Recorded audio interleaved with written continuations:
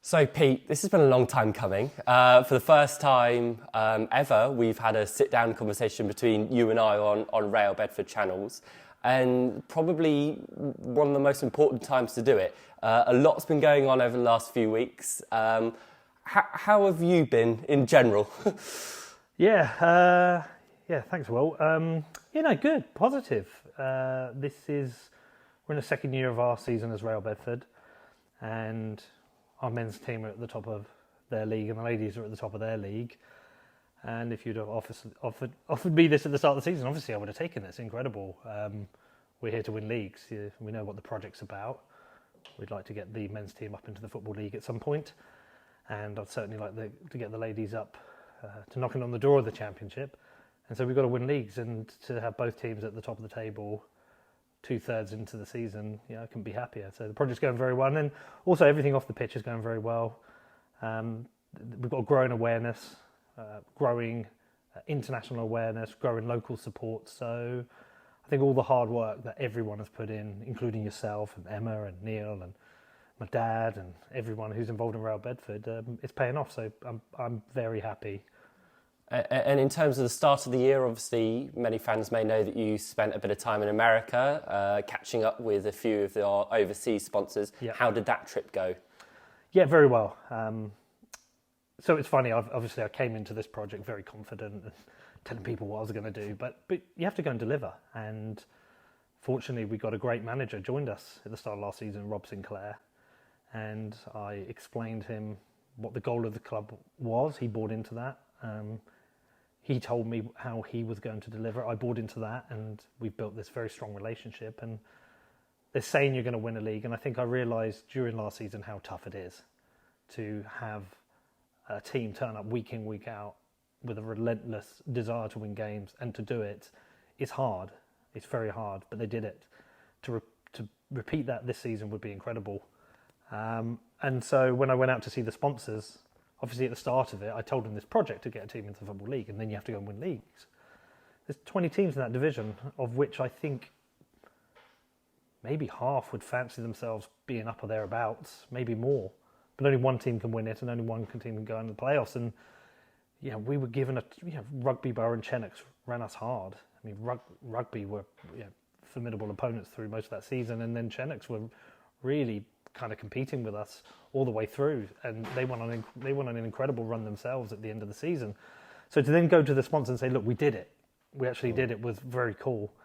And I think my mistake was I went at the end of the season. It doesn't leave much planning time. So this season I'm seeing the sponsors now before the season's over, and trying to get longer term buy-in to what we're doing. And so far every sponsor's said, great, love what you're doing, how can we help? And in terms of on-the-field stuff, we've obviously touched upon it as this season progresses, but 2 new signings in the door over the last few weeks, potentially more to follow.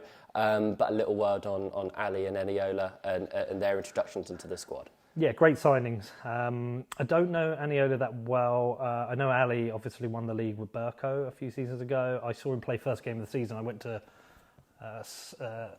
Sawbridgeworth Town versus Romania, and he essentially won the game for Romania. He was exceptional.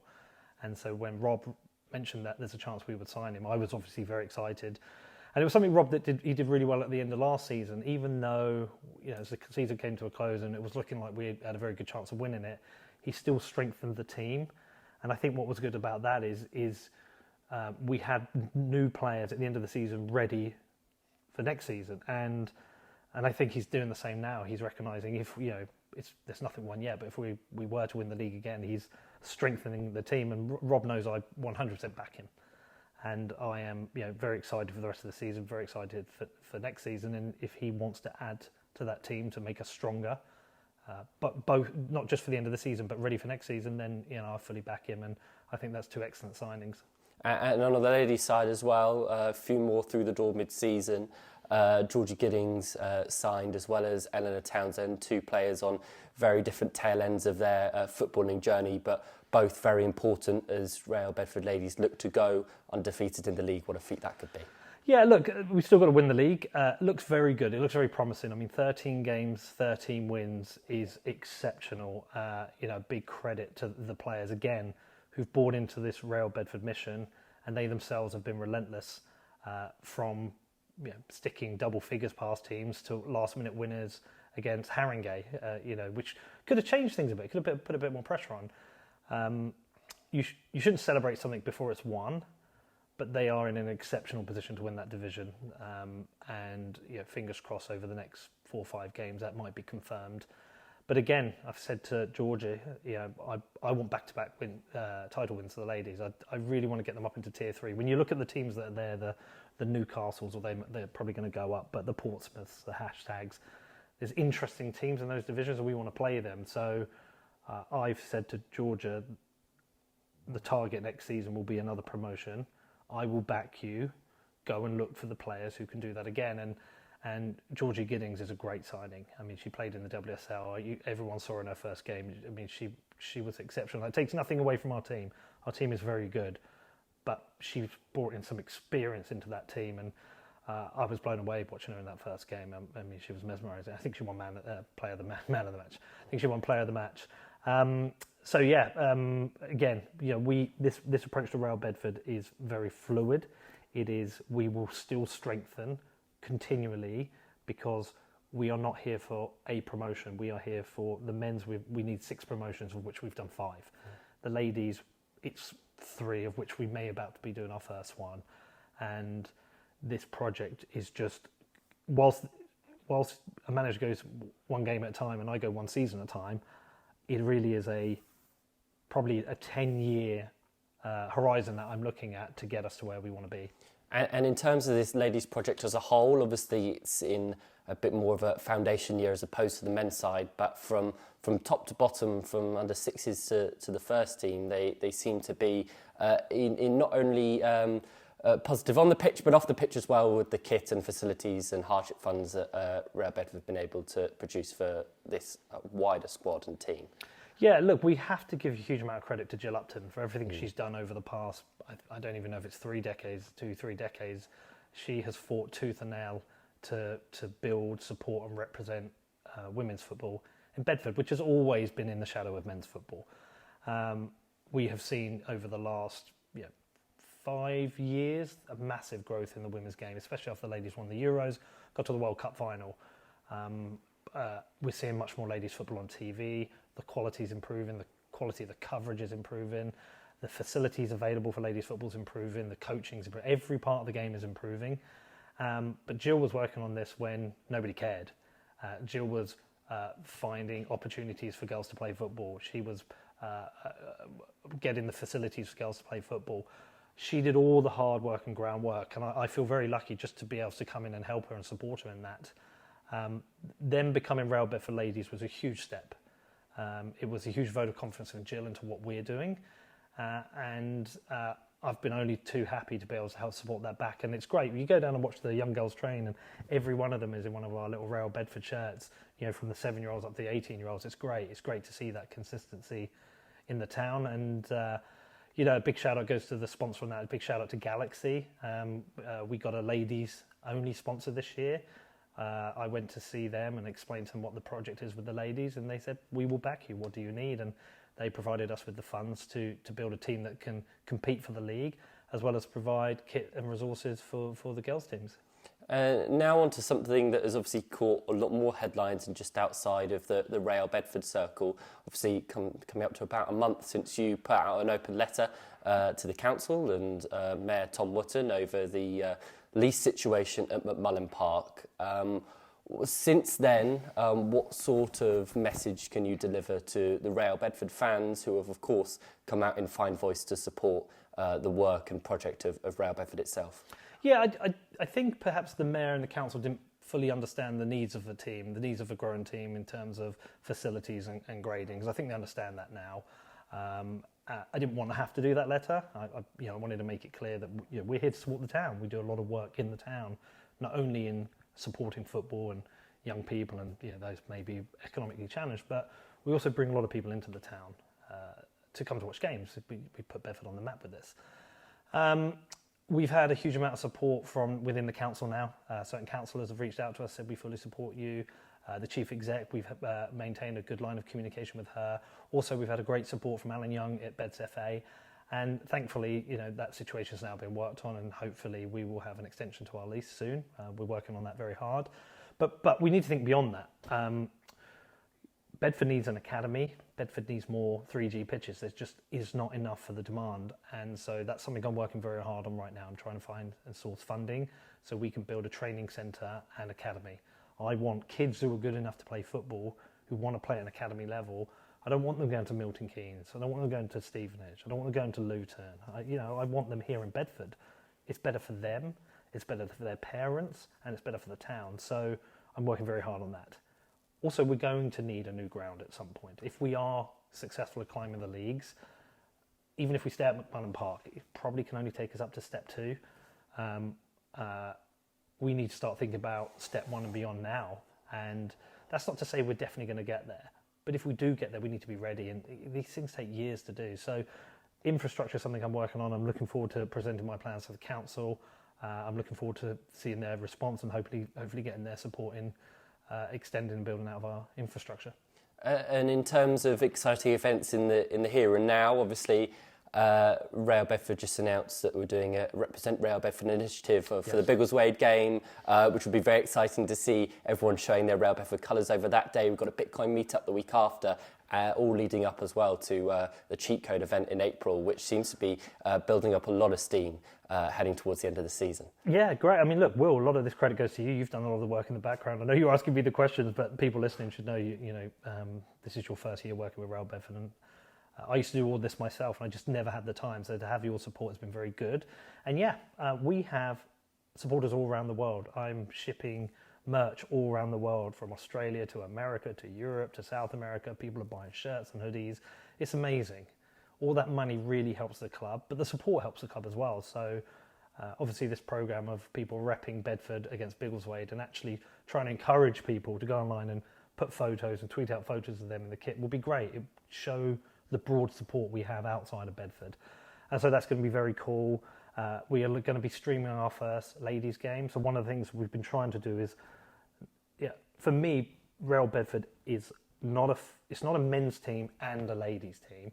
It is a club with 2 teams.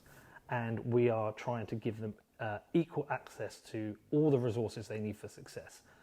Budgets will change. We will set budgets for the divisions they're in to try and win divisions. Outside of that, we want to get everything as equal as possible. The only 2 differences we have at the moment is we do programs for the men's games because that's a level grading requirement. I think we've got to do that next season for the ladies, and we stream all the men's games. I would love to get to the point where we stream all games, and it might be a case of next season we stream all home game men's and ladies, and we just don't bother with the away games because of the complexities we'd have with that. But my goal is over the next 2, 3, 4 seasons, we get to the point where everything is the same. And that's a really important goal of mine now. So we will be streaming our first couple of ladies' games. We're going to be filming a lot of what's going on around at the ladies' club. I've got my conference here in Bedford in April where a few hundred people hopefully will be in the town coming to learn about Bitcoin, but also coming to a football match. I think all of this stuff is, all these things that happen are things that Bedford should be excited about. People in Bedford should be excited about. It's good for the local economy. It's good for people who like football. It's good for people who want to play football. And so thanks to you for your work, Will, but also just thanks to everyone who supports this exciting end to the season, hopefully. And in terms of a more local venture as well, which you've started to tease information about over the last few weeks, potential ideas of a new opening in the town centre, surrounded around Rail Bedford. You care to elaborate a bit more on that for the fans? Yeah, look, we want to, whilst this international support is great, and it's great that people come into the town, and it's great we sell merch, the lifeblood of a team and the sustainability of a team is built around its local support. We've done so well so far. I mean, when we took over, we used to get 40 people at the game, which was one guy and then the friends and families of people. But I think our first game of our first real season of Rail Bedford, we had over 300 there, and we averaged 180 that season. This season, our highest is 431, I think. We've had a handful of games over 300, and we've averaged about 230, 240 a match. And so this is growing, but I want 500 a game, and then I want 700, then I want 1,000. And to do that, we have to constantly be talking to the community. And so one of those things is I want a permanent advert for the football club in the town. I want a club shop. but the club shop itself won't make enough money to cover the costs.